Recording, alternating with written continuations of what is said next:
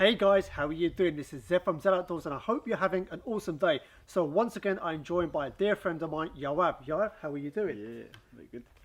Good, nice to see you again. And you? It's been a while, hasn't it, Yeah. since the last visit? A little bit older, a little bit wiser. A little bit wiser, that's Maybe. it. He's just talking about himself and not me. I've not grown any wiser. A bit tired. That's it. But it's good to see you once again. We're in a beautiful spring weather here in Brookhouse Woods, which is a very famous location in a history of teaching green woodworking. It's been around for a very long time, run by now a custodian, Will St. Clair. Now, if you're not familiar with Yoav, Yoav appeared on a previous video where he taught from start to finish how to turn a wooden bolt on a pole lathe. It was an incredibly well-received video based on Yoav's teaching. And Yoav, if you're not familiar with him, also is a very renowned green woodworker, primarily focusing on the pole lathe turning side of things, cups, bowls, lidded boxes, etc., and also his spoon carving. Now, this video is a natural follow-on from that video, and we're going to get into that as we proceed into this tutorial, because in this tutorial, what Yoav is very kindly going to demonstrate in a lot of detail is his entire process from start to finish on turning an end grain cup. Now, if you're not familiar with what an end grain cup is, have no fear. In the next segment, we'll be looking at an example of Yoav's work, and obviously he'd explain what that is for those of you that may not be familiar. My strong recommendation, if you haven't done so already, is to watch that previous video where we broke every single process down in a lot of detail, looking at the lathe, the tools, etc. So some of this information that we'll be discussing in this video will be an overlap to that. So if you feel we've left something out, then assume that's been covered in the previous video. Now I'm looking forward to actually filming this video and sharing it with you guys who are watching right now. Now, from our understanding currently, there isn't a lot of information out there, is there, on turning end grain cups, especially on YouTube? I think there's a few videos showing end grain turning, cup turning. I'm not sure if there's one on a lathe. There's a Chinese turner setting with a different setup, but still on a sort of a foot-powered lathe. He's turning some end grain cups, which is a big inspiration. But I don't know of any sort of very informative one that really breaks down the process. And I'm not, it's going to be the first one out of many, hopefully. So yeah. I'll try my best. I've not been sharing it on courses or much, because you need a bit of experience turning bowls when you go into end grain. So I haven't had a lot of experience teaching end grain, but I'm really looking forward to doing it more this year following. So this is a good start. If I mess it up, at least there's something out there. That's it. So we're very honoured at the moment, and I truly mean that as well. There's not a lot of information, if any, out there, and especially at the depth you're going to be watching in this video. So like I said, throughout this video, there's obviously a lot of things that are going to be covered. You can see by the length of this video, this is a very long video. That's because we want to leave no stone unturned. One thing also, if you're not turned, I like that. And turned. That was it, pun intended. And so, one thing, if you're not already familiar with Yoav, and I'll say with humility as his friend, that he's genuinely very well respected with his turning. I'm honoured to have one of his turn cups. His turn cups are very popular. So he's a very experienced. This is what he does for a living. This is not like a part-time thing for him. He lives in a school. He lives in the woodland. He teaches full-time. He makes full-time. And he has done for many years. So he's very experienced at what he does. So I'm very grateful that he's allowed me into his space for you guys to learn from. So the final thing I will mention, if you look in the description below this video, you will see a timestamp of all the relevant sections pertaining to this entire video. If there is a particular section you wish to jump onto, just click on the number part of that timestamp, and that will take you straight to that particular section. My advice, if you're watching it for the first time, is to watch it in its entirety. And moving forward, is there's particular sections that you want to refer back to. It's a very simple way of doing it. So with Yoav's kind permission, we're going to crack on with this video, which I hope you enjoy. So I hope you enjoy the rest of this video, where Yoav is going to be teaching you how to turn an end grain cup on a pole lathe.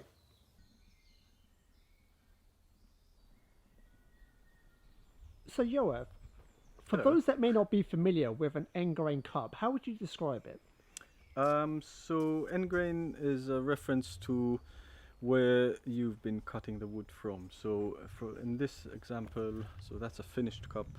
made out of cherry. This is another quarter of the same log, and that's how the grain orientation is. So the cup came from was positioned like that in the blank, meaning I'm digging, I'm cutting the material and hollowing it from the end grain, as opposed to from side grain, as you would in a normal bowl.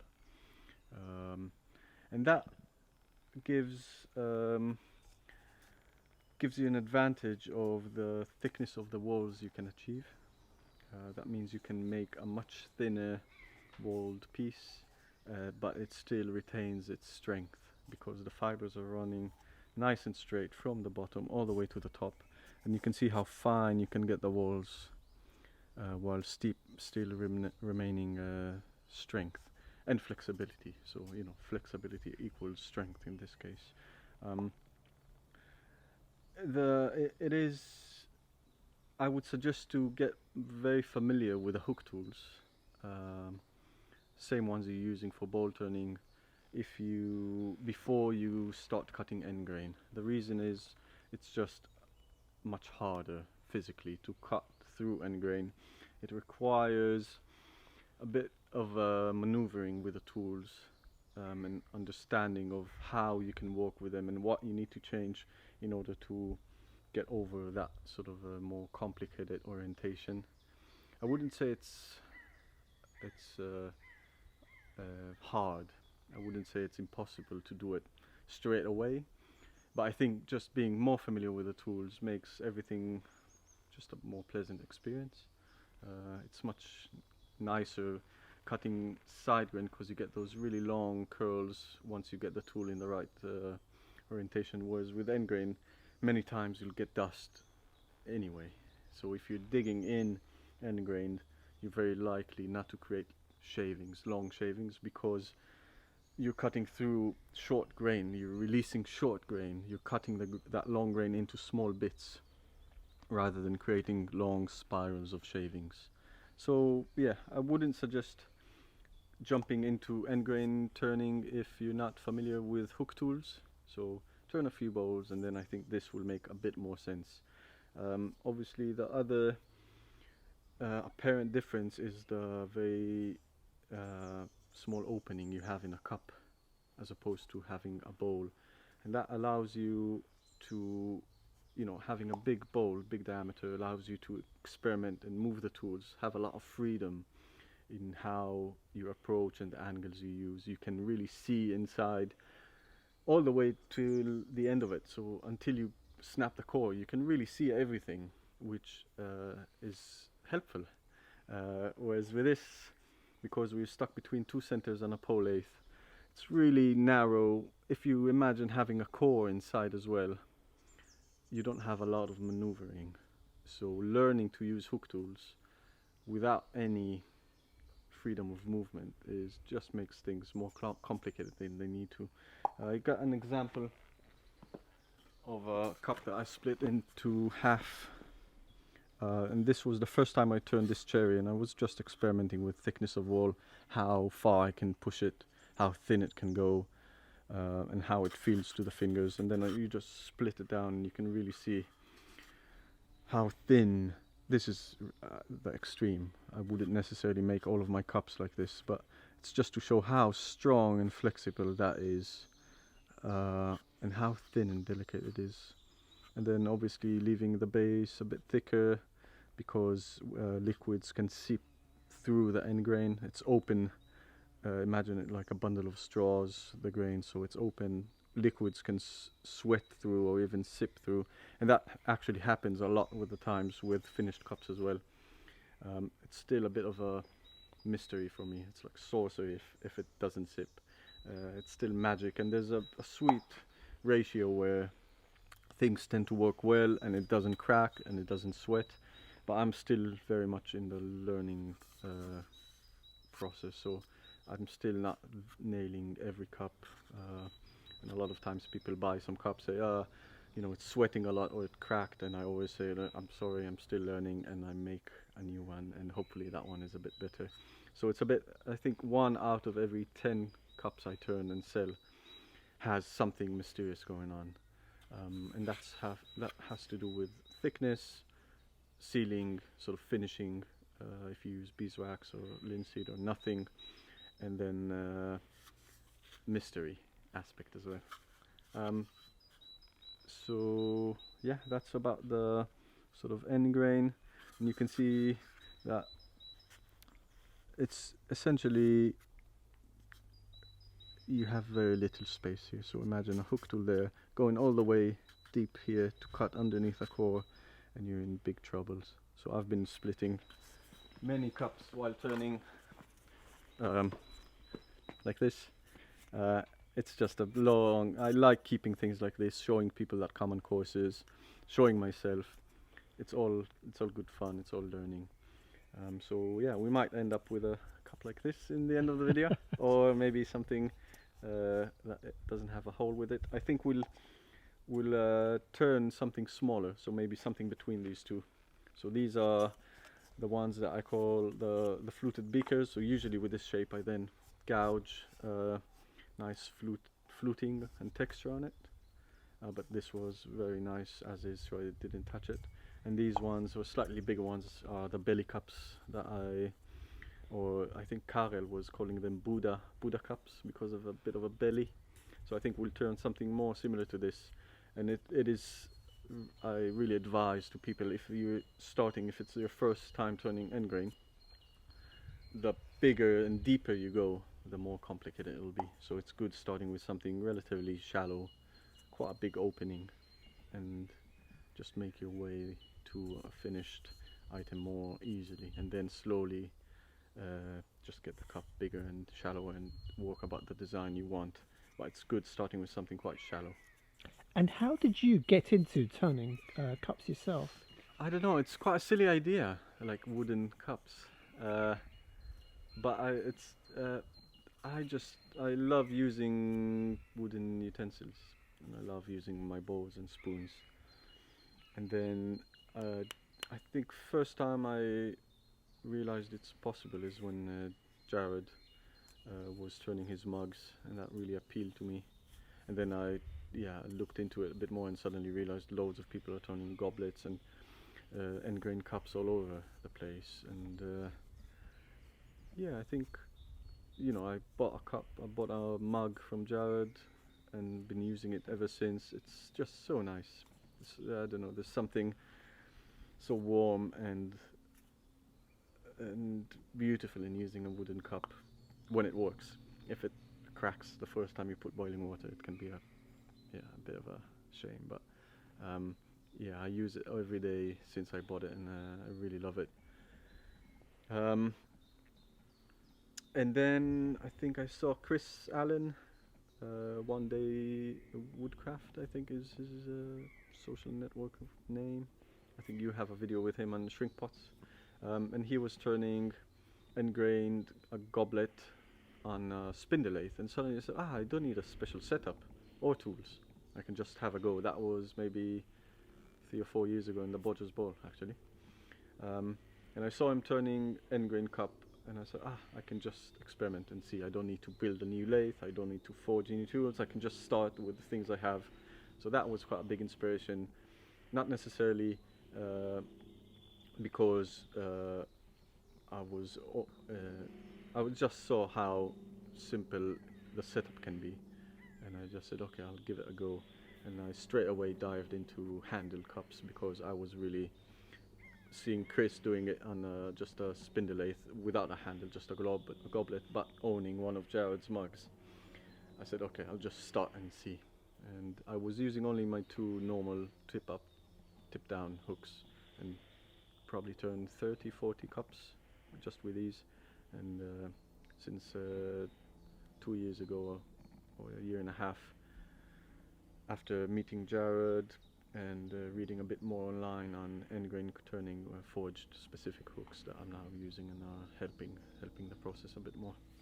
And for those that may not be familiar, you're referencing Jared Stonedahl, based in the US. Yeah, Jared which was here 2 years ago and taught me and a few, Matt and Sharif and Owen, a few other people and shared a lot of knowledge. And yeah, we all, I think, still 2 years after, I still understand how much that was helping, that 2 days with Jared and seeing his tools and just his openness. And that's what I'm trying to do here, just share a bit of what I got outwards, and hopefully that will, you know, spread even wider and come back and spread wider and come back. And there's no need hiding or keeping anything a secret.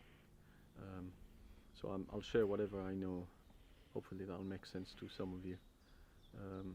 And if not, next year's video will be a bit more clear. So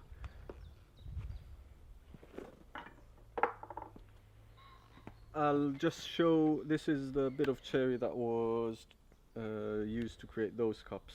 Obviously there's a few cups here in this length. I'll show how I rough it out and make it into a billet, but then we'll skip just a quick stage where I'm roughing it out on a lathe. I'll explain more as we go, but we're trying to keep it quite compact and focused. After, I say that after speaking for 10 minutes about things. So I scribed, just using the pair of dividers, just scribe the shape. I'm not going to use this cherry for turning because it's just was waiting too long and it's now too spalted. You'll see once I axe it, it's just a bit on the rotting side. So I'll use a nice fresh bit of sycamore. Nice thing about end grain is it's really easy to rough out the blanks, because you're going with a long grain all the time. Well, maybe it's not so bad as I thought. So you can use an axe or you can use a throw just to cleave things down.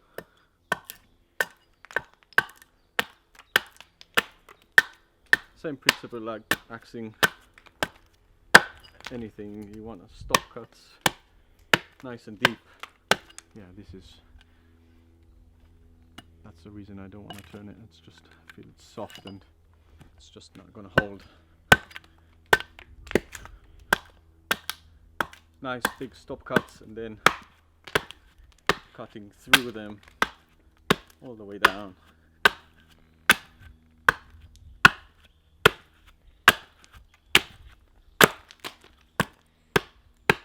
Why did I not use a throw? I don't know.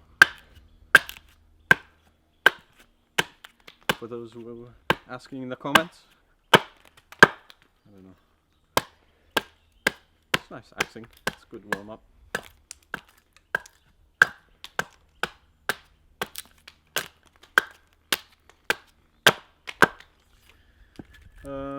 So just chew up those corners.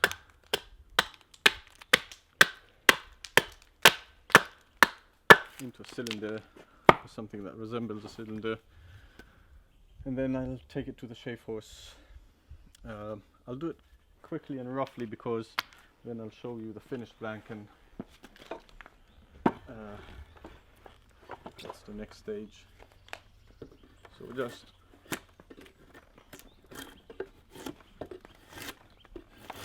reaching my finished line. It's just an easier way of getting something even and cylindrical.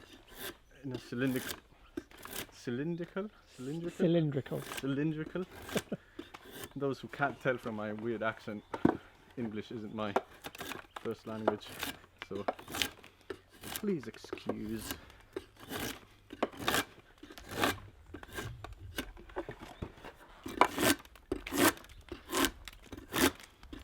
Yeah, and here it's really, can you see this white, crumbly, it looks beautiful, but actually it's not strong enough.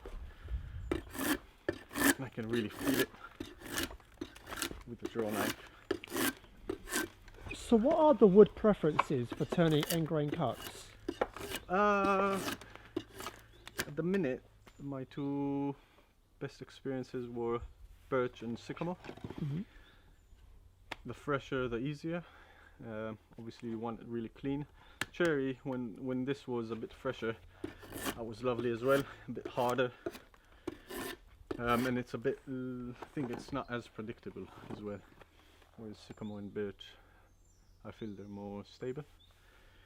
And you want it clean, so like with bowl turning, it's not different. You don't want big knots or branches coming up the sides. You want it as clean as possible.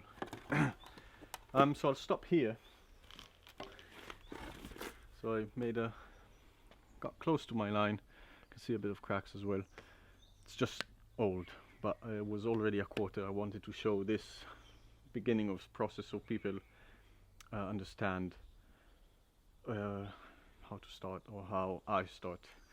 So I make a long cylinder and then take it to the lathe and rough it out into something like this. So that's a bit of sycamore. So that's fresh, very clean, a pleasure to work with. And this is a huge goblet. No, it's not. It's a. This is something that I took from the Chinese turner video that I talked about. There's if you look for turning a set of bowls on Vimeo, you'll find it. It's a Chinese turner, and he's turning a set of tea cups or bowls from a big lump all at once. I mean, he's roughing them out all at once and then finishing them individually, and that was really fascinating to see.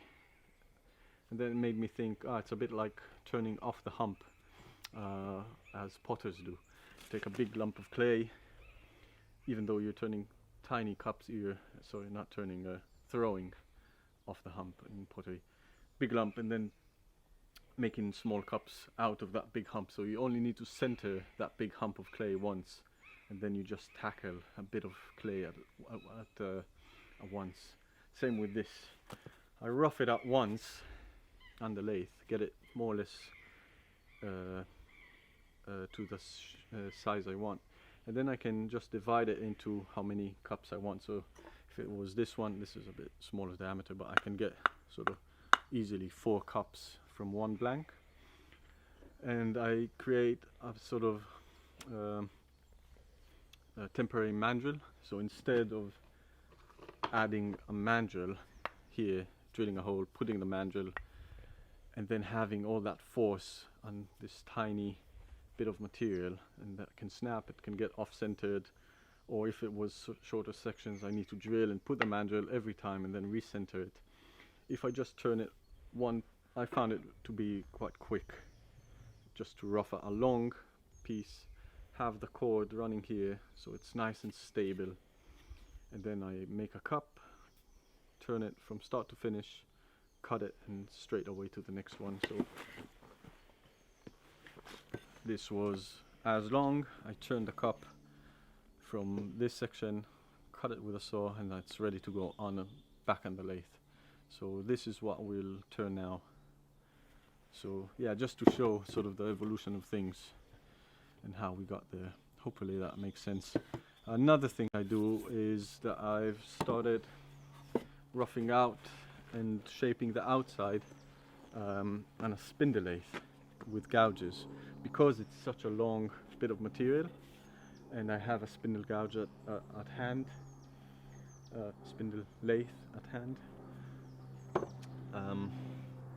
I just found it so much quicker, and I get quite a nice clean finish off the tool. So you can do the outside with hook tools. I do some of my cups with hook tools, definitely the handled ones, it's much easier to do with the hook tools. But now for sort of the belly cups and the fluted ones, or something this shape, I just use the gouges for the outside and hook tools for the inside. So just suddenly it's like, yeah, why not turn with gouges? If it's a spindle like object, why not do it with the gouges? Much quicker if you have them at hand. If not, hooks are as good, just a bit slower. So we'll take it to the spindle lathe.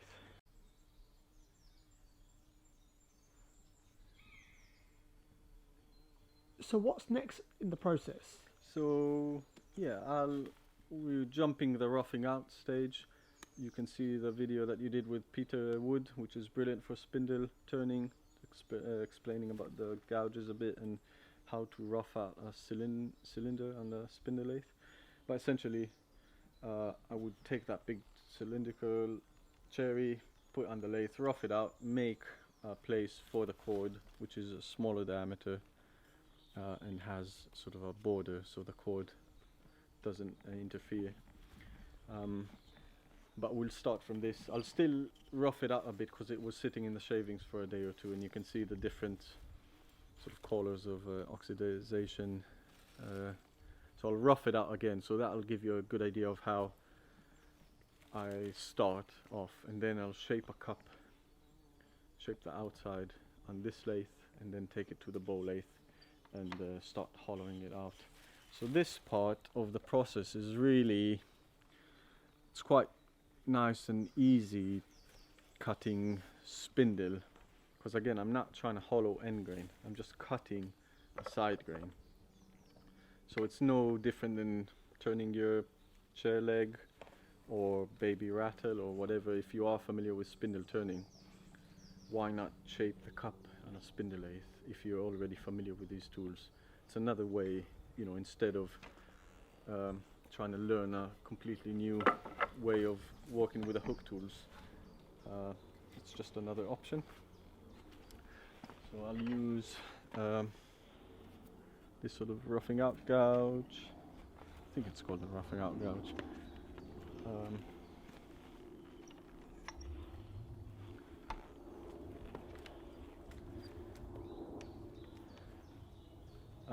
And this is a spindle lathe. The difference is just it's more lightweight. You'll see it moves quite a lot, which can be a bit annoying. For spindle it's less, I mean it'll be nice if it's really stable, but it's not as I didn't find it affects as much as it does with bowl turning. With the bowl turning one I want it to be as stable as possible. With this one it's quite lightweight, poppets are really small, and can take cylinders quite easily. So just place the gouge, start roughing it out, just touching the high spots and exposing that creamy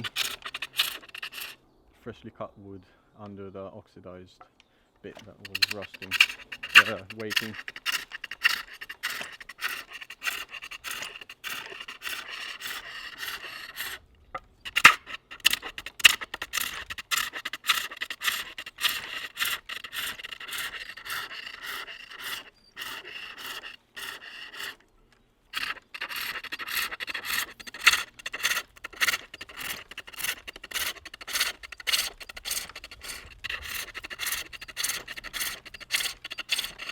So that will give me 2 cups of the belly cups. So I'll do, yeah, I think I'll do just a belly cup because it's quicker, and I think again it's just I would advise people to start small with end grain. So I'll start shaping the cup now that it's roughed out.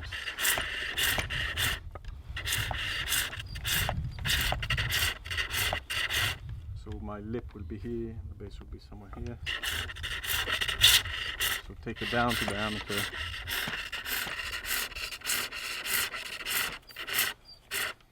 I like a bit of a flare, and then the belly will be here. So I'll slowly.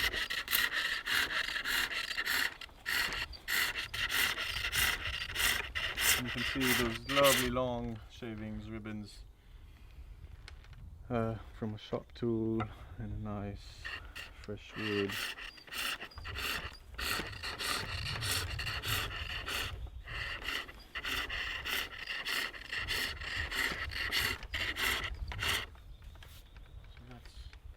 Nice for the sweep there, and then I'll start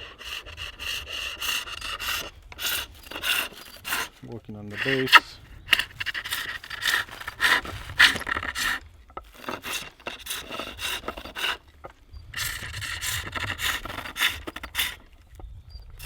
So that would be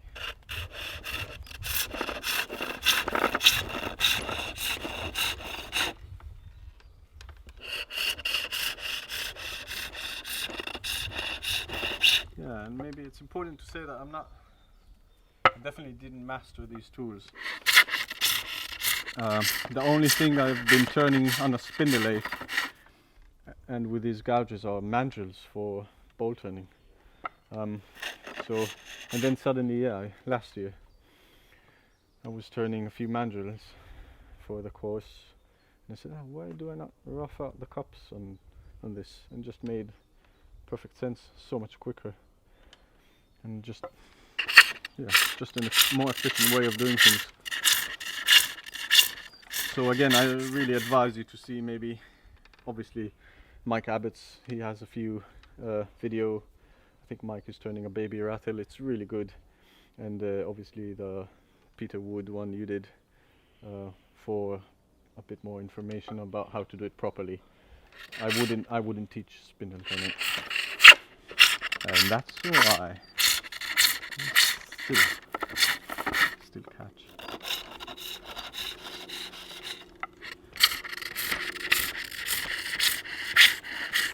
So hopefully you can start seeing the cup there. So that's the belly, that's the rim, and that'll be efficient for another cup.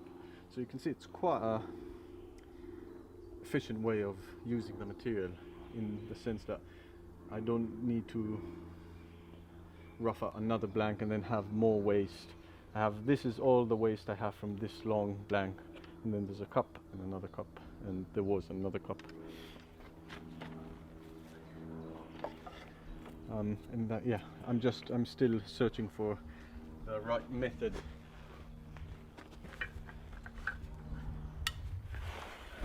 in turning these, but so far this method seems to be working very well.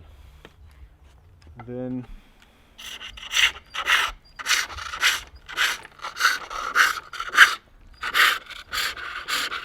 I'll refine it with the hook tools a bit, at least the base.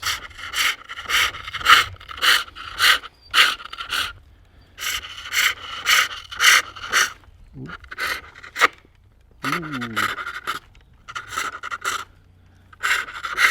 So I feel much more in control with hook tools, so I'll refine the base with a hook tool. Maybe just push that a bit more. So the spindle lathe and these tools just help me remove most of the material.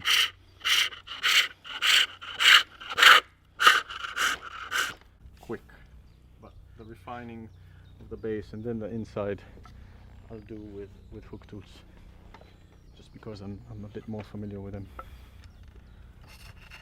So yeah, nice and quick. I think that took 5 minutes maybe.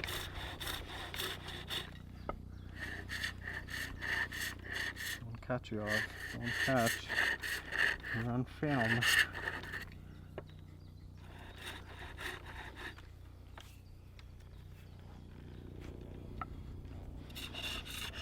Just a touch.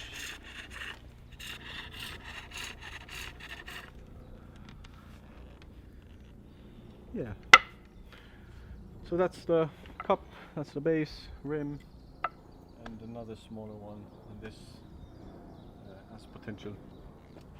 So I've finished with this lathe, and finished with a fun bit. And now it's into digging into the end grain, hollowing it out on the bowl lathe, which is a bit more tricky. So if we shall go there.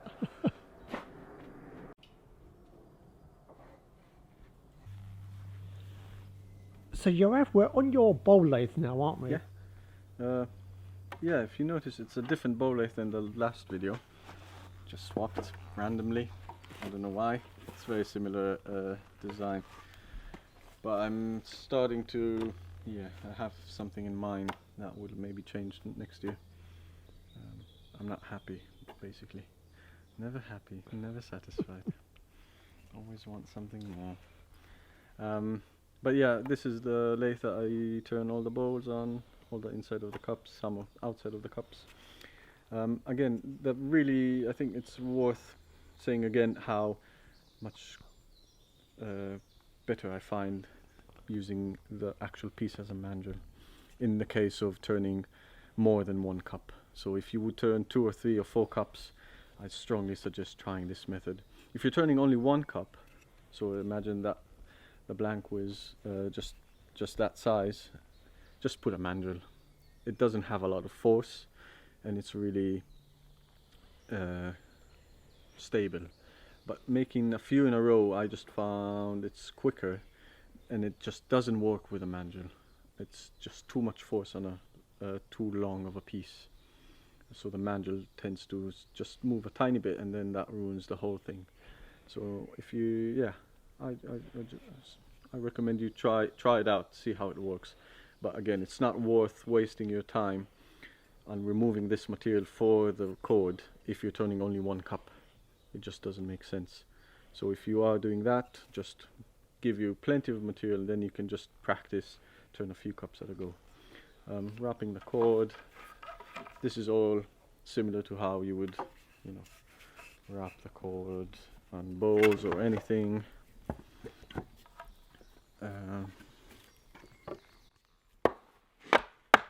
Get it nice and tight.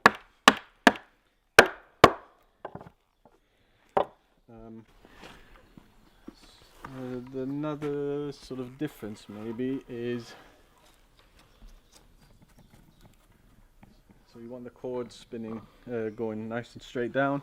I think a different thing about the positioning of where your body is, where the treadle is that I swing it right to the other side.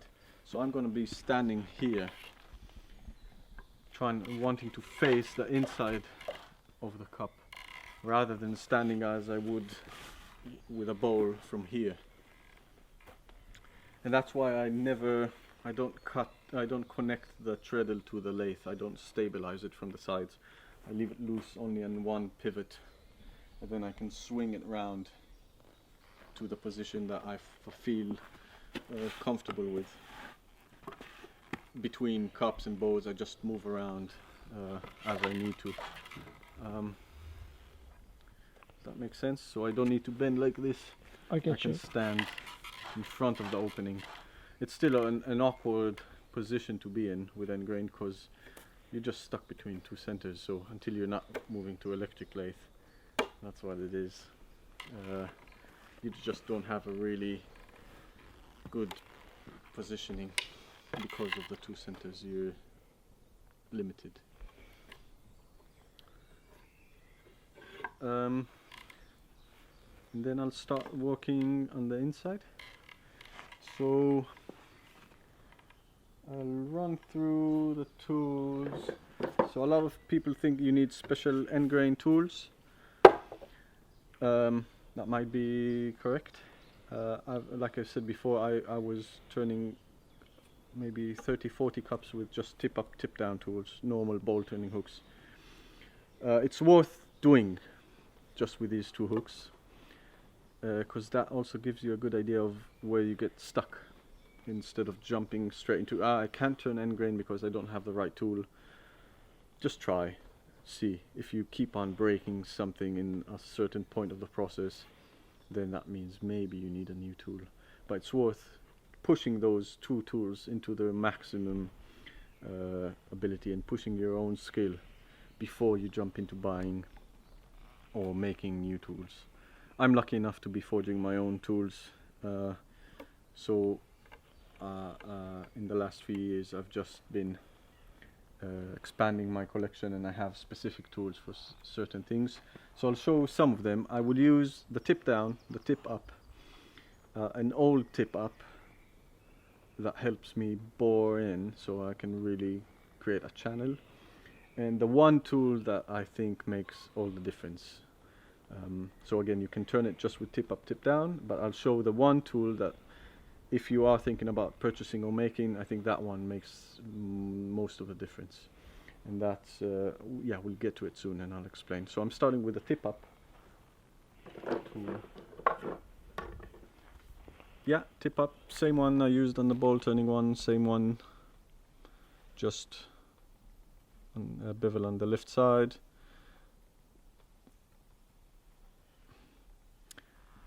and I'll position myself a bit better, and I'll just start cleaning all of this material that was left from the cup before, so similar to what's happening here. That's just where the base of the other cup was, so I'll just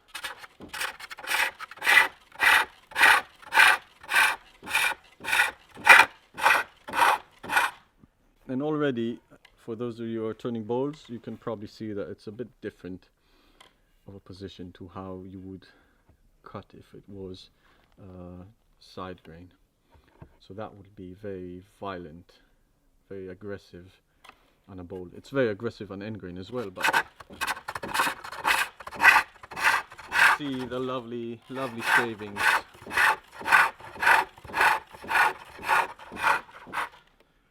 So I'm just cleaning that material, and essentially I'm leaving a bit of a central piece that will be the, it's a bit like the mandrel.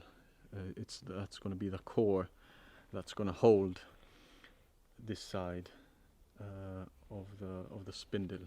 So I'm taking that down, and that leaves me more room than if I had a mandrel here stuck, because end grain can leave quite small and it'll be really strong because of the long fibers all the way to the base. Even if I take it down to a small diameter like this, it will be still strong. So that method of working from the center in, so positioning the cup right, butting it right to the center, just gives me that bit of more clearance when I'm going hollowing the cup.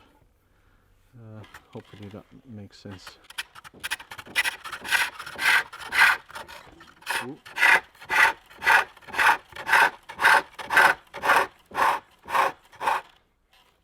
Then slowly, it's a completely different feel, and you wouldn't, it's hard to explain until you try, but it just, if you catch end grain, it just bites and takes you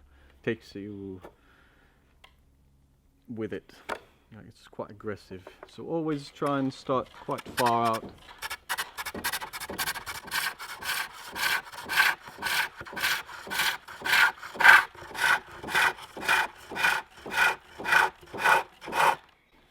And that's it, that's nice and clean now, all the rim. I cut all of the material, there's no marks from the roughing out stage. And now I'm starting to create a downhill. So far it's quite similar to turning a bowl. So I'm starting at the high spot and trying to create a channel in. And it's quite possible and doable at this stage, but it gets more and more complicated. And then I'll introduce another tool.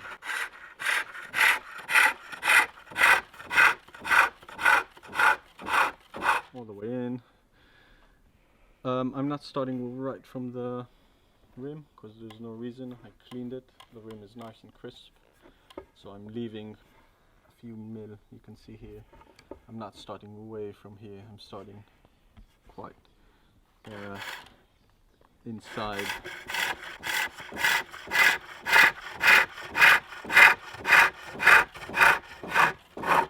Just pushing it in.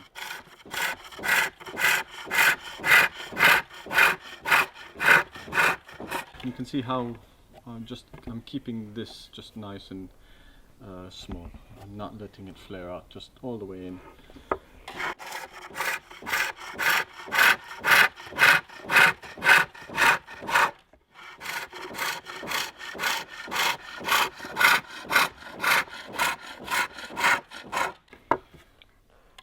Okay, so once again, just really nice shavings.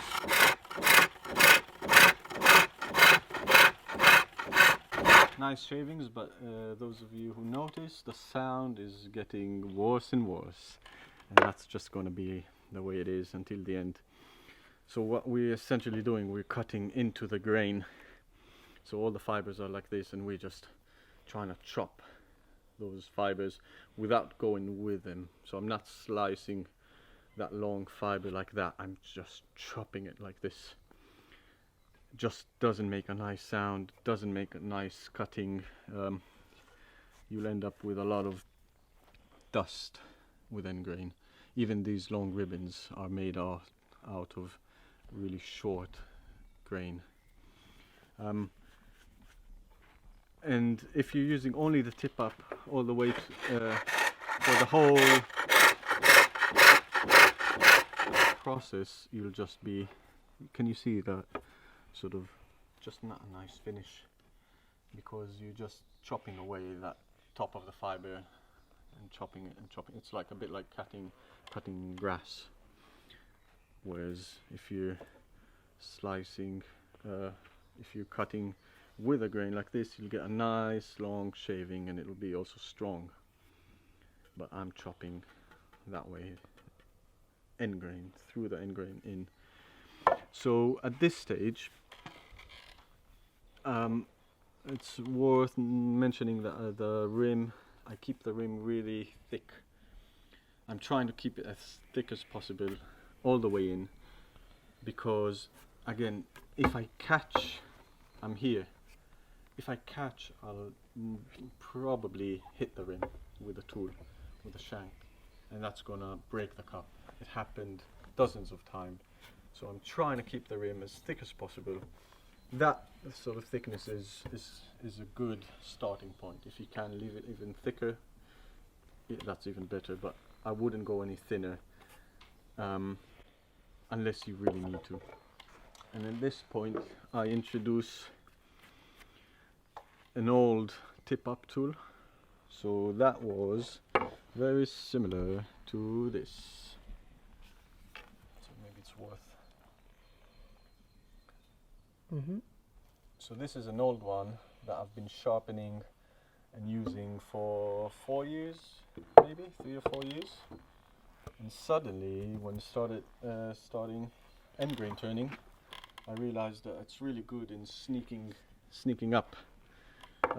So because it's so small, I realized I can cut deep channel much easier with this one.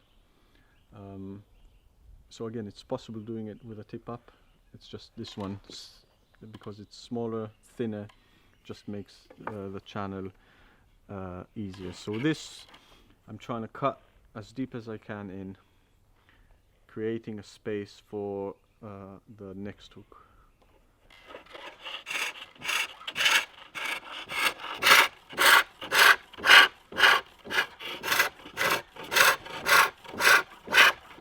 Leaving the rim thick.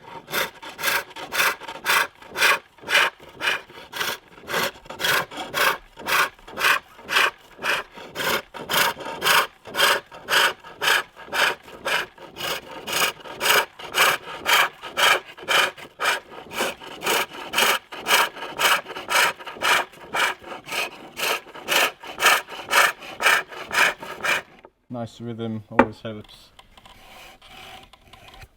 And again, the sound is nice and the roughness of the core is inevitable. But you can see how deep I got it without touching the rim yet.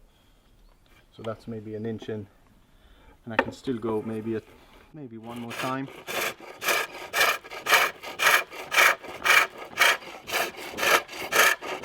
Ooh, what a surprise. A nice shaving.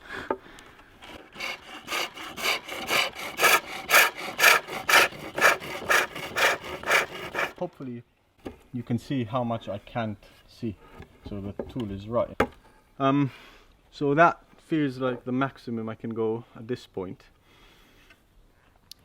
If you have a look on the core, it's flaring out, so it's nice and small here, and then as it goes deeper it flares out. So I'll use the tip down bowl turning hook, tip down, just to clean that core as you would with a bowl, cleaning that core. It's a completely different sensation to turning a bowl, but it's the same process.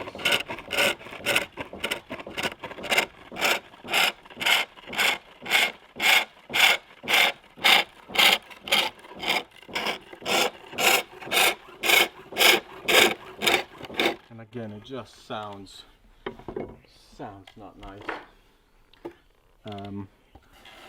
But all we're trying to do now is get all the way in and create a room for the tool that will actually make a nice sound and a nice finish on the inside. Okay, so I'm not worried about finish. I'm just trying to go all the way in as easily as possible. That's the job of this tip up tool. You can try and use your own tip up. It doesn't need to be specific. Have a go. You can try the tip down as well. There's many variations. This is just the way I do things now. Okay. And the core, that the entire time you want to keep the core roughly the same. Yeah, you want to keep the core. It's quite simple actually. It's a tiny opening.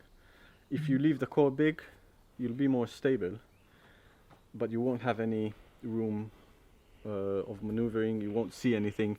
And with end grain, it's not as necessary as it is with bowl turning. So bowl turning, if you make the core really small in the beginning, because of the orientation of the grain, it will snap under pressure. If you catch the tool and you have a tiny core, so this is the size of a core that you would snap on a bowl, sort of under an inch of diameter, or an inch. That will be snapping, the very last stage of turning a bowl, snapping the core. That will be the size of the core. In end grain, because the fibers are running in that direction, it's really strong, even if the diameter is small. Does that make sense? Yeah. So that is essentially like a mandrel. It's really strong. The fibers are running like that, and that holds the cup in place. So I'm trying to make it as small as I can. Obviously, if I make it really small, it won't break, but it'll have flex. So I'm just trying to keep everything in control. If I feel like I don't have enough room, I will make it smaller. But I'm trying to leave the rim thick and the centerpiece thick enough, whatever that means. Just that it gives me room, but also I feel like it's stable and it's not flexing. So now, when I took down the core, what I did is opening a bit more space for the tip up tool again. So I can have a go.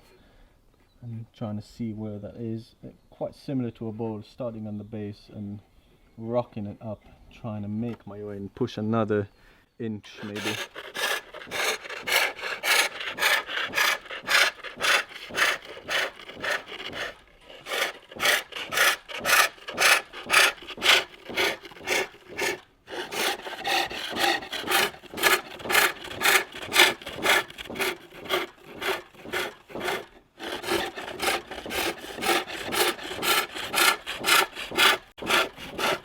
Now I'm quite deep. I'll use the tool, just mark where I am in the depth, so I'm more or less there, so I don't need to go much deeper. I think the sweet sort of thickness, some people will say probably different than this, but I found around 5 or 6 mil for the base. So I'm taking into account that the base will have a bit of a concave from the outside, so that's going to be deeper. So I want the base more or less use this. The base will be more or less here, just above that foot, because it's going to be a concave there, and then the base will be somewhere there. So yeah, around 5-6 millimeter seems like the right thickness. Another thing to be aware of, don't try and measure the thickness with all of your fingers. I have quite chubby fingers. Before it's really thin. Don't spin the lathe while doing it, as you maybe would do with a bowl lathe, because you might catch your fingers inside, and that can be really dangerous. It happened to me once in the beginning. Well, suddenly I pressed on the treadle while having my fingers there, because it's such a small opening. It caught my finger. Luckily nothing happened, but it's a good lesson to stay off the treadle when you're checking thickness. So now the interesting tool is coming up, and that is this one. I think Sharif gave it the name the politician. I'm not sure, maybe it was already given because it's twisted and bent. I'm not saying anything about politics in the UK, but I don't know. It's the same everywhere. I'm not. Yeah. So this tool, we all of us saw it first when Jared was here, and before that he sent a link to a guy named, I think it's Andre Martel, which is a turner, and he has a similar tool. He's using an electric lathe, but it doesn't matter. Wood is wood. Doesn't matter if you're cutting on electric lathe or on pole lathe. The same principle comes. And with end grain, what's interesting is that if you cut from the inside out, you'll suddenly get a shaving and not this dust. And as we all know from experience, if you look on the shavings, you know if you have a good finish or not. If you have a nice finished item, you're very likely to have nice access material around. So the process shows the quality of the finish. So that's what, in the beginning when I was turning end grain, I just got dust. I got an okay finish, but I just got dust. So I said, is this the way you do it? Does this, all the people that turn end grain, do they just have loads of fine dust instead of shavings? And then I was happy with a finish, but I knew it can be better. And then suddenly with this tool, suddenly you make a shaving, and then that reflects the much smoother surface of a cup. So again, you can see in a finished example,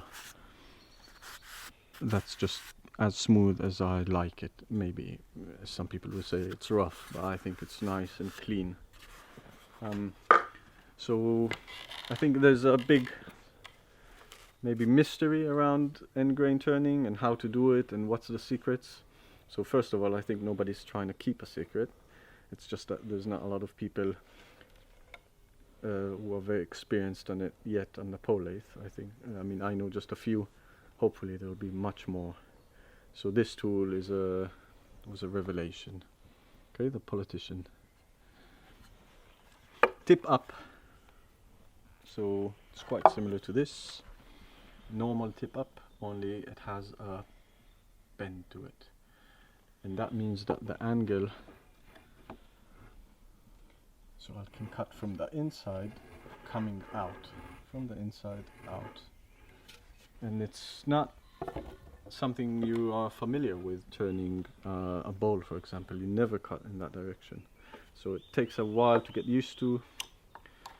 But then you'll see the shavings that come up from here, and with this I can really refine all of the thickness of the wall and get a really, hopefully this time as well, get a really smooth finish and take down the rim to the final thickness right in the end. So I'm starting from the bottom and pushing the tool right to the end. I don't know if you can hardly see it probably.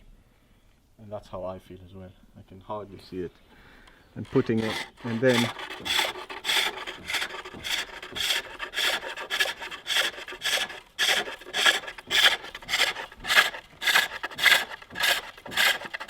drawing it back until it reaches, until I see it again. So that's the kind of shavings that I'm getting now instead of dust. Interesting. So again, from the inside,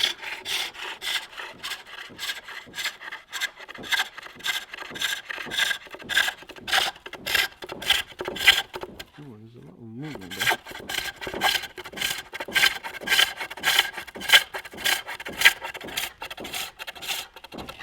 You can see how much control I have here. With a tip up tool, if I come from the outside, I'll never dare cutting that rim like this. But with this one, I feel really safe. All the way to the rim. I'm not afraid. but there's a bit of a wobble.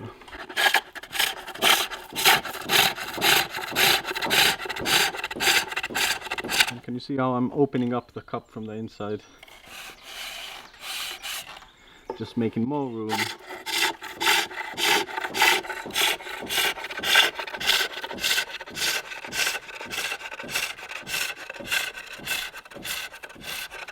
Oh, that's better. There's a bit of wobble, not in the, I don't think it's in the lathe, I think I'm not holding the tool.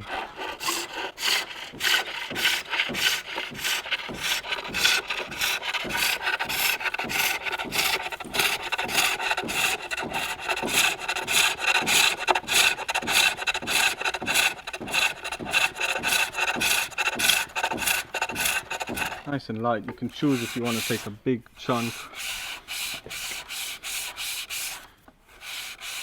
or have a light cut, but the sound is much nicer suddenly because I'm cutting wood. I'm not trying to trim it and scrape it. So that opened up quite a lot.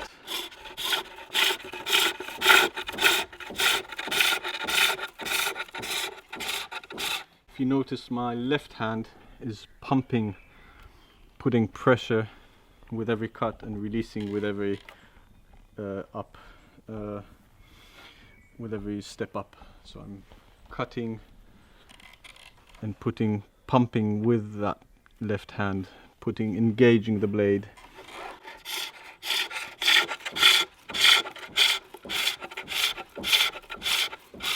And then my right hand is taking the tool out slowly. So my left hand is keeping that contact, pumping the blade, and my right hand is slowly taking the tool out as I cut. Something with a bit of a spiral moving of material.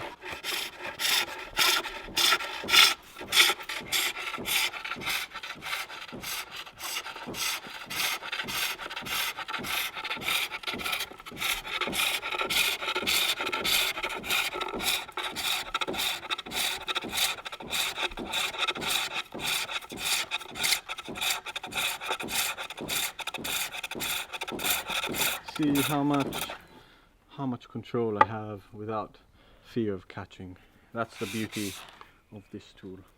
You can do it different ways. Gary Baker, a great pole lathe turner he lives in France now, does beautiful cups, really big, long, really nice finish, and he doesn't use any particular end grain tools. He found a way to do it with his basic set. I think he's flipping the cord round, other way around, and using a tip down hook. So essentially it's very similar to this hook, if that makes sense. So yeah, so pretty much there. So I'll just use this to have a better idea of where I am. So what I tend to do is just place that on the outside where I want the base to be, so somewhere about there. Then I lock it,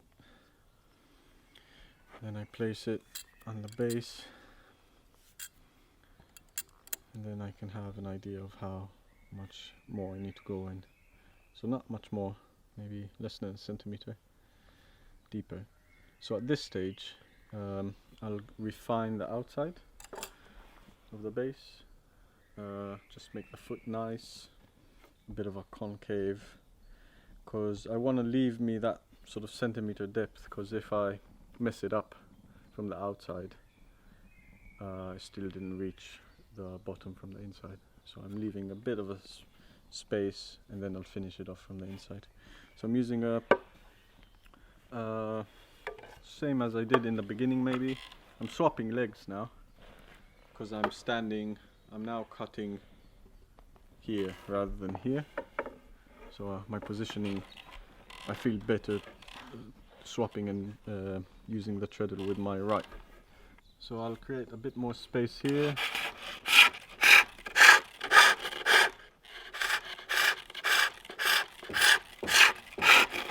Just separating the two blanks one from another. So I'm creating more space to then put the tip down to, so that was tip up as I did in the beginning, just removing material, and now I'm using the tip down. Again, nothing special here. I'm cleaning the bottom of that base.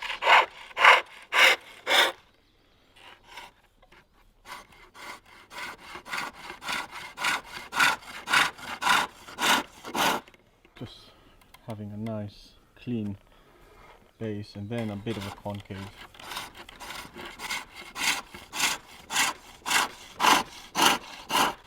I can make that quite small, similar to here. I can make it smaller and still be quite strong because of the end grain.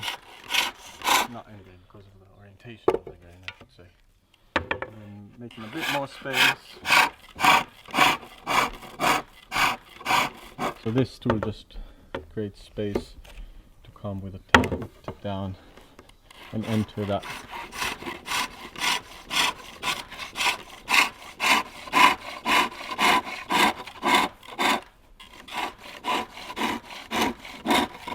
And end grain is really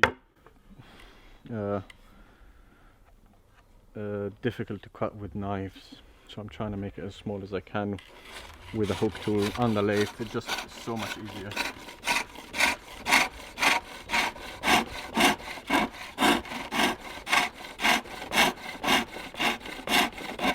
Okay, so that's more or less where I want it. So it's nice and small and a bit of a concave going inside the foot. Maybe one more time, hopefully I won't catch.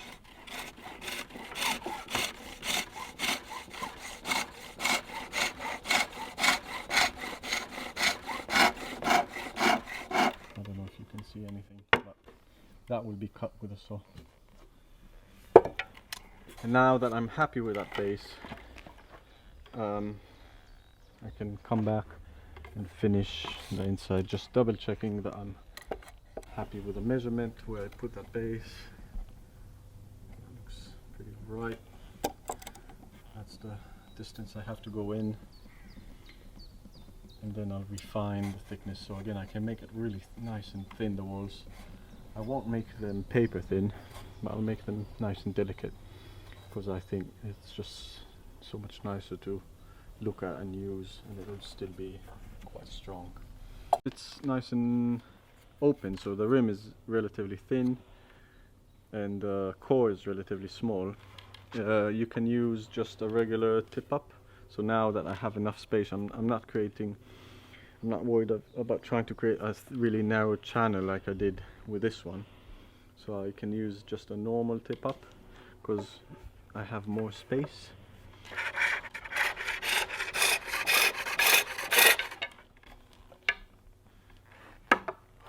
What about a tool rack?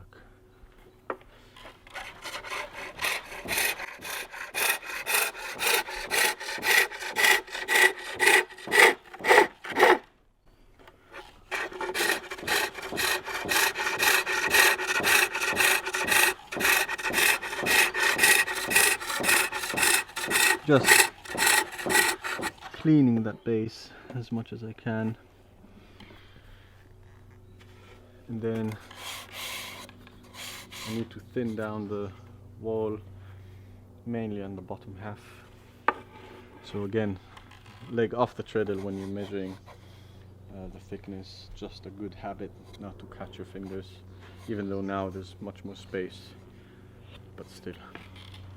And then politicians all the way in, taking those really smooth, lovely shavings.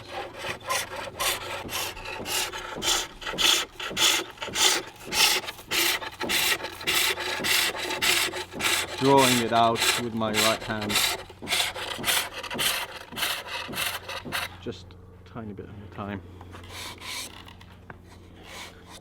A bit more.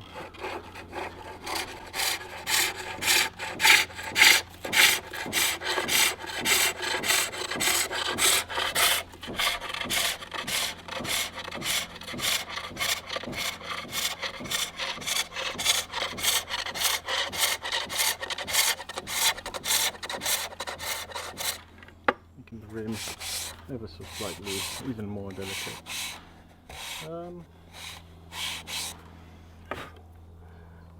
Yeah, give him one more pass and then I think that'll be that.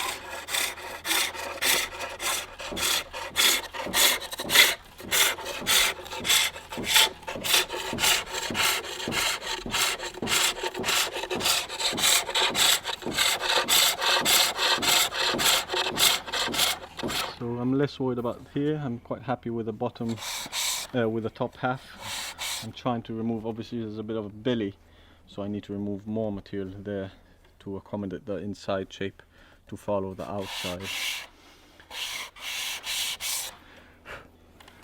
Yeah, I think we're there. So it's nice and thin. We reach to the almost to the finished depth, and now I'll take down the core with a tip down tool.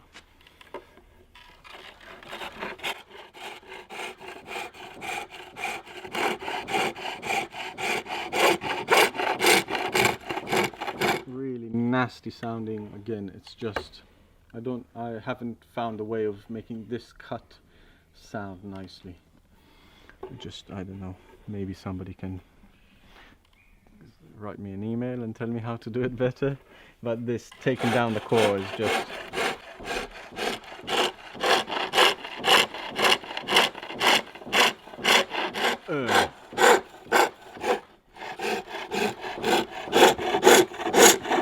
and you need to really watch out the rim.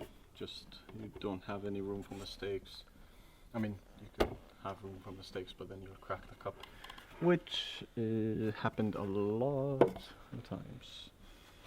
And then the tip up tool, cleaning that base a bit more.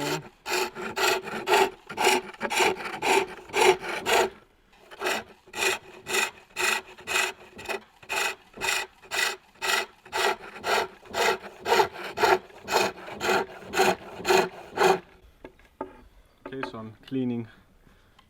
Maybe I'll use this. Ooh, I didn't think about that. So now I'm cleaning the base. Can you see it? Now I'm somewhere here, cleaning, coming up towards the core,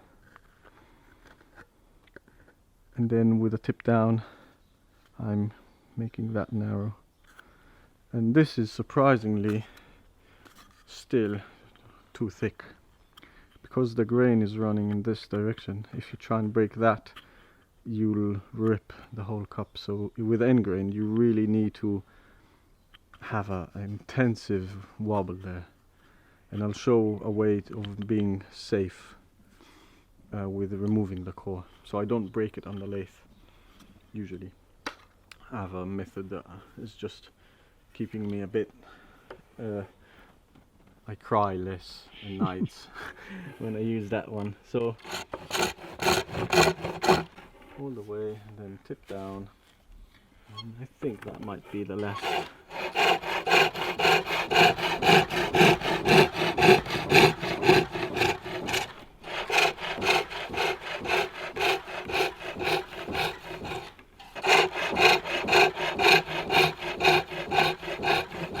Again, it's the same process, a very similar process with a bowl in some aspects, but the angles are just off because of the grain orientation and the very small space. So yeah, just experiment, have a go, catch a few times, crack a few cups, you'll get it in the end.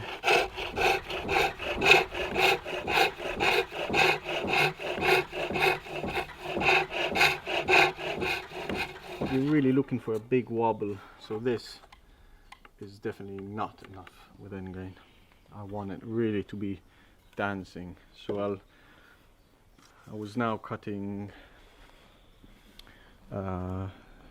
this, and I feel like it's still quite big, so I'll come back to the tip up tool and just try and make it ever so slightly thinner with this tool. So from the base up to the core.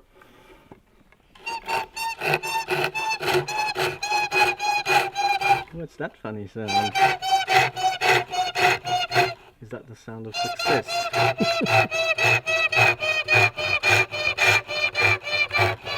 Or failure? It was a bit sad in the end. So that's a bit better. So you can see it really rocks, but it's still not breaking. So at this stage, I say, great, finished on the lathe. I don't want to do it again, because if it snaps while the tool is still there, and I'm saying it from experience, if it snaps if I keep turning, make it thinner and thinner, and that snaps, that might be a beautiful snap and cut on the end, but the tool is likely to hit the rim as the cup flies off the core. Does that make sense? Yeah. So I just, when I know it's nice and thin, I just say, right, stop there and take it off the lathe. And just use some dry shavings to have a bit of a better look on it. And then what I tend to do now is use a chisel and just chisel it down, that last bit here. And then I know it will break safely.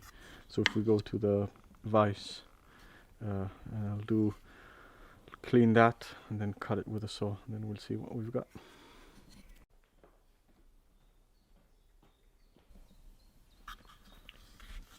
So what are we going to do in this step of the process, Yoav? So now I got the core nice and thin, and again, instead of having it snap on the lathe and risk a sort of a break on the rim with a tool hitting it, use a chisel, and what I do is just chase that cut down. I won't do it on this because I think it's quite a valuable thing to keep. I'm chasing that core down with a chisel just from a few points, making it really weak, and then it'll break much easier. It'll only take a pass or two. So I'm coming from different ways.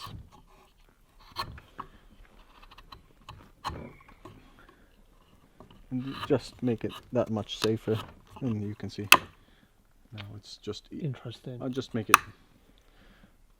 a bit smaller so it breaks nice.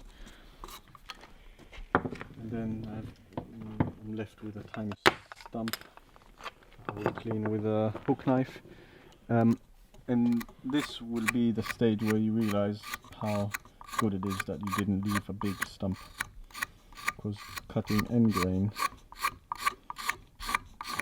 it's not horrible, but it takes a long time. And what spin knife are you using here? That's a Nick Westerman one. Can't remember if it's the finishing one or the Faucet. Just a sharp hook knife. Clean that middle ring, and be careful, be mindful of the rim when you're cutting with a hook knife. So that's clean on the inside, and then I will just cut the base.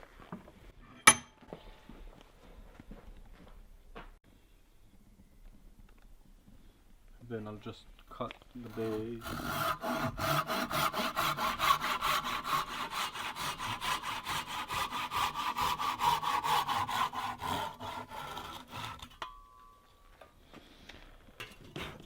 Dirty blade. And then clean that. So there's a bit of a concave here. That means that even if it swells up while it dries or when it's been used, it'll still sit nice and straight. And with this stump here, this is That's another small. that's another small cup, isn't it? So you would just basically repeat the process. Yeah. Do you want to do it again? The second time round. I'm a bit tired. That you can do it whichever way you feel. Again, it's a twisting cut rather than a pivoting one. You can see how quite difficult it is to cut end grain. It's not the nicest experience, so the more you can do on the lathe, the better really.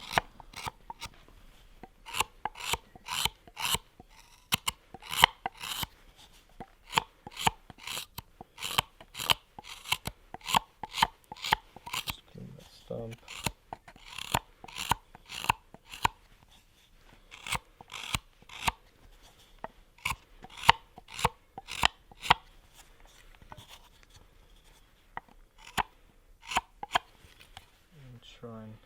That saw was really dirty. I didn't notice. Just trim lightly.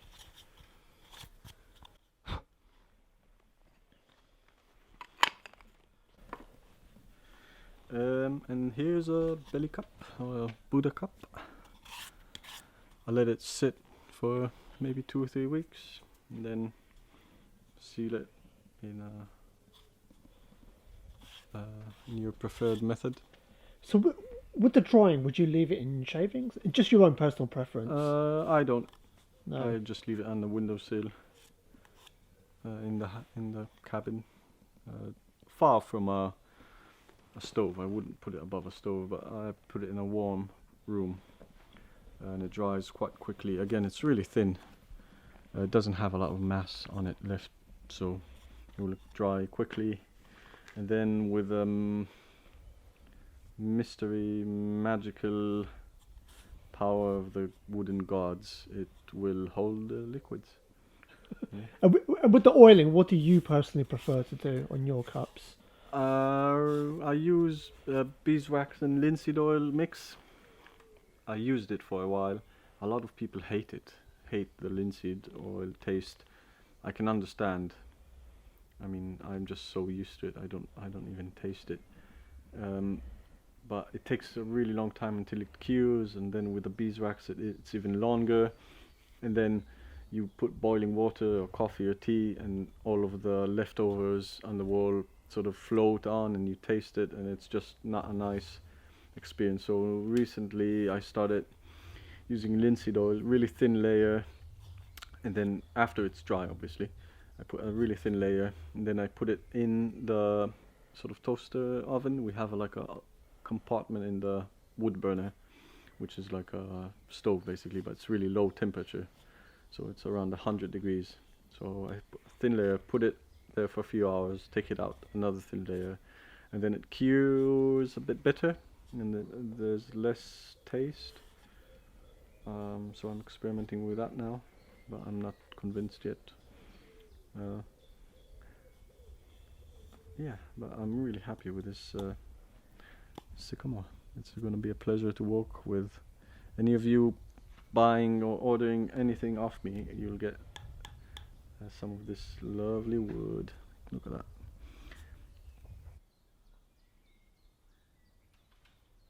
So there you go, my friends. That is a wrap for this extensive tutorial on Yoav's process for turning an end grain cup on a pole lathe. Yoav, thank you so much. Pleasure. It's the first time I've actually seen a process in detail myself, you know. First time I've seen it as well. Yeah, I know. First time for the both of us. So as you can see, obviously I'd mentioned at the very beginning of this video, this is a follow-on from a previous video that was a very extensive tutorial from start to finish on how Yoav turns a bowl on a wooden bowl on a pole lathe.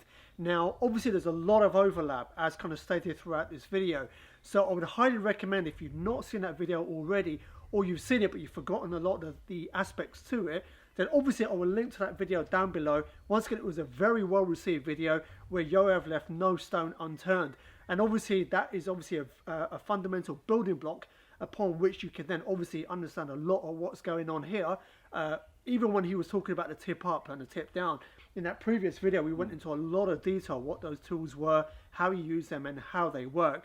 So even though you might feel in this video that certain parts were not explained as in depth, that's because they were covered in a lot of detail in the previous video. So I will link to that video down below, and please do go check that out if you haven't done so already.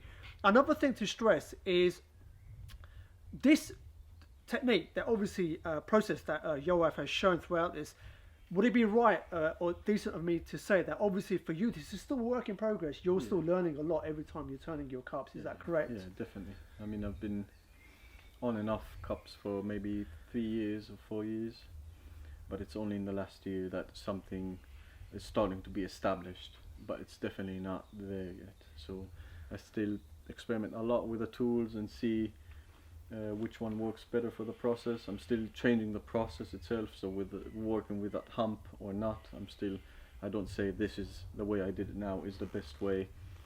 There's still so many things to explore, and that's why it's so fun. I think just getting better with each one, and then getting worse, and then getting even better than you were. And that sort of sense of I'm learning something new every time, and then not really getting what I did right or wrong, and then figuring it out again is what keeps me going in this. And obviously feedback from customers.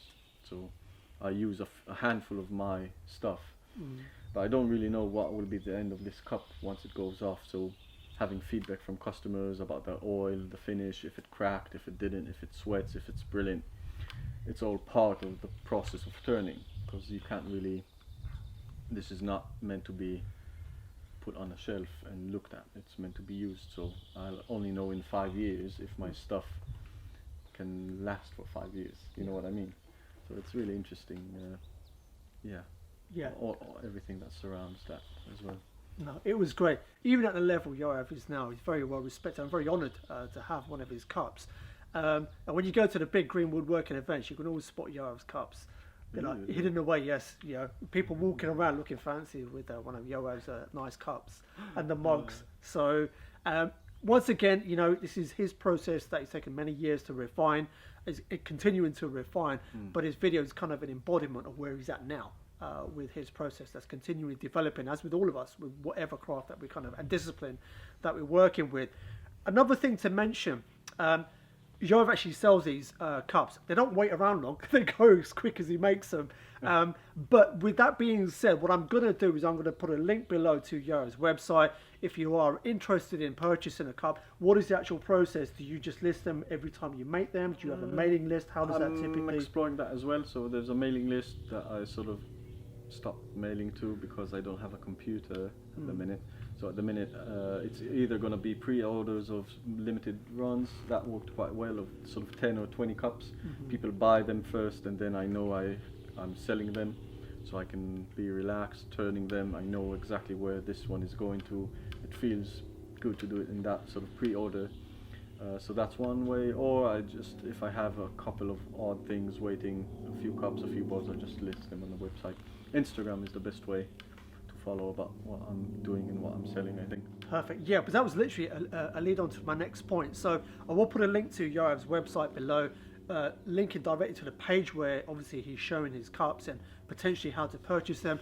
But also I would highly recommend or suggest, that as kind of our way of saying thank you to Yoav, because, and this is something I'm going to touch on in a second, but obviously Yoav teaches this professionally. So the fact he's allowed me to document this for a lot of you to learn is a great honor. And so at the very least, I ask just one thing. If you gain any value from this video whatsoever, is when you're on his website to join his newsletter. He only emails out from time to time, updating you on what's going on. But I think it's the least that we can do, just as our way of saying thank you. So we'll put a link below to his website. Secondly, as Yoav's already mentioned, I'm going to put a link to his Instagram profile as well. Yoav posts some beautiful pictures up and updates on kind of, because he's working in this environment full time. So you're constantly seeing updates of all the work that he's got going on, the teaching that he's doing, the items that he's making and in the process of making, and all the experiments that he's doing with his woodworking journey. So we'll put a link below to his Instagram. Mean the world to me. You give him a follow on there. The final thing I wanted to touch on is the tools. Now, the tip up and the tip down tools, obviously we talked about extensively in the previous video. And obviously you mentioned the politician's hook. Yeah. That obviously assists in being able to turn these cups to the efficiency that Yoav demonstrated throughout this video. If people wanted to inquire about ordering those tools off you, do you make those tools? Yeah, so I make all the tools for the courses I teach. So this year I'm trying to just make double the amount or even 3 times the amount that I know I will be selling for the course members, and have them for people that want to start turning end grain or nests, so quite specific hooks. I'll start offering. I guess this video is in the future, so I already made all those tools. They're already on my website, so go grab them. So hopefully I'll have a good amount of tools. You can always message me and ask for things specifically. I teach one-on-ones as well for people that want to explore things with a bit of more intimacy and privacy environment, you know, a quiet environment which isn't with 6 more people. And bowl gathering, I'll be teaching there. End grain, maybe it's sold out, the end grain, maybe not, I don't know. Yeah. But bowl gathering anyway, just come over, whoever's interested. It's, you know, you've been there last year. Yoav's read my mind. He's a psychic. I was going to touch on those 2 points. with the tools, just as a final recap, I will put a link regardless to Yoav's website where he talks about his tools. And if you know you're considering and you feel that you know it'll be easier for you to buy a ready-made tool of Yoav, then I'll put the details there. You can have a look and obviously just contact him via the website, and obviously he'll assist.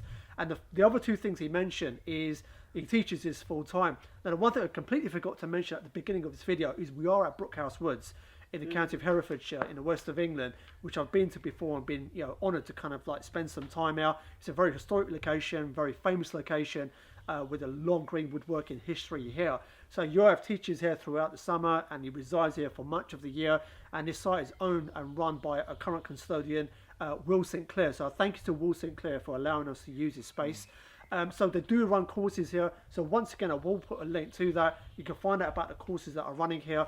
We mentioned this in the previous bowl turning video, but obviously you do quite an intensive course on actually making a lathe, isn't it? And then learning how to turn. Yeah, that's one option, which is a week-long course, and then there's a weekend course which is forging your own tools if you want, and going into deeper aspects of turning if you already have a bit of experience or not. So it's a bit more a loose program which is fitted individually. So end grain, nesting, turning your first bowl, it's all possible in that sort of weekend course. And then teaching in Denmark in the summer and bowl gathering. And the bowl gathering, I've actually done a video of time of recording this, last year's bowl gathering, which was the first larger public version of the event itself, which was a phenomenal event. I think it was such a great event, great community, great vibes, great location, great food, great everything. And we actually done a video on that, so if you can just search for my channel, just type in bowl gathering, that will come up. And that's running again this year, and most likely every year moving forward for the foreseeable future. So once again, I will put also a link to that event. And as Yoav mentioned, him amongst many others are teaching here, and it's a fantastic opportunity with all aspects of bowl carving and bowl turning to come and kind of spend time with a lot of talented people. And obviously this is where Yoav also teaches during that course as well, and a pre-fest course. So I know there's a lot of links, but obviously there's a lot of things to kind of mention and cover. And so once again, all of those links are in the description below this video. And so just before we end this video, are there any parting words from you in regards to what you've covered? I mean, I think just keep in mind that this isn't I probably missed quite a lot of things in the process, talking about tools, grain irritation. You know, it's quite hard doing it while explaining every single aspect and what you need to be aware of. Bottom line is try it, and then if you want, you can message me, you can message other people that are turning end grain, you can come on a course, you can just put your head against the wall and just bash it until you manage to do it by yourself. There's many options, just don't take it as the only way or truth. Like I say on every course I teach or every video or anything, this is one way, and it might not be the best. It's probably not the best way. Yeah, I think it's a great way. He's just being modest. So once again, Yoav, I do thank you so much for your time. I'm very grateful for that. Once again, guys, final recap. All the links are below to everything that we've mentioned. There is a timestamp below breaking all the relevant sections of this video. We really do hope you got a lot of value from this video and it helps you on your turning journey. Do let us know any comments below on how you got on, if you did actually go ahead to try and obviously turn one of your first cups. It'll be great to see how you get, and it's always nice to see how people respond to these videos and how they incorporate that into their own learning. We really do hope you enjoyed this video and got a lot of value from it. And we shall see you on the next installment. So, as always, I hope whatever you're doing, you have a blessed day, a blessed week ahead. From Yoav and myself, Zed Outdoors, peace out. See ya.